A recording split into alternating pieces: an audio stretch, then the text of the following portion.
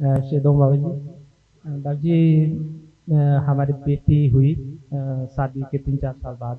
तो बेटी 3 साल तक चलती नहीं थी, बिल्कुल बिस्तर के ऊपर थी। तो डॉक्टरों ने बोला था कि बच्चा आपका माइंड से हाफ है।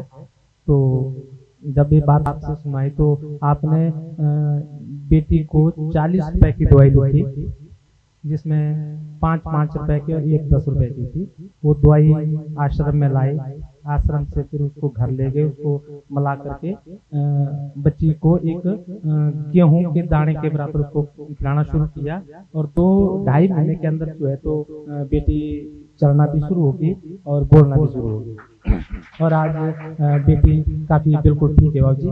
और इसके बाद लॉकडाउन के टाइम में मेरी धर्मपत्नी को पेट में कुछ प्रॉब्लम आई।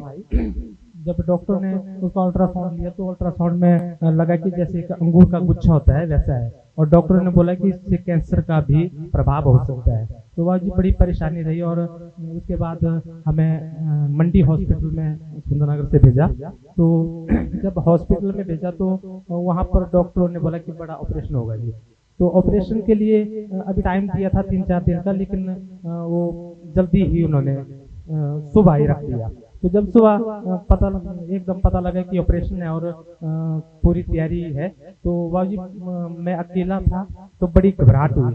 तो मैंने आपको एकदम से फोन किया और आपने बोला कि बेटा आपने घबराना नहीं है, जैसा डॉक्टर बोलेंगे वैसा ही करना। तो बाबूजी फिर घरवाली को मैंने एकदम से फोन दिखाया कि मैंने बाबा जी को फोन करके बताया आपने घबराना नहीं है, क्योंकि हम दोनों अकेले से घबरा भी गए थे। तो बाबूजी 2.5-3 घंटे का जो डॉक्टरों का जो कार्य था वो चला। लेकिन जब 5 बजे हम अपने उस इमरजेंसी रूम में पहुंचे तो बाबूजी पता चला कि ऑपरेशन हुआ ही नहीं था। बिना ऑपरेशन से जो बीमारी थी वो डॉक्टरों ने बिना ऑपरेशन से बिल्कुल ठीक कर दी। बाबूजी आपकी कृपा से सब ठीक चल रहा है, बस थोड़ी अपनी कमी रहती है जिस कारण थोड़ा कई बार परेशानी आती है। बाकी आपकी तरफ से आनंद ही आनंद है। पक्की बात है। हाँ जी बाबा दिल कह रहा है जी, कह रहे हैं जो आपने फील किया ना, जी।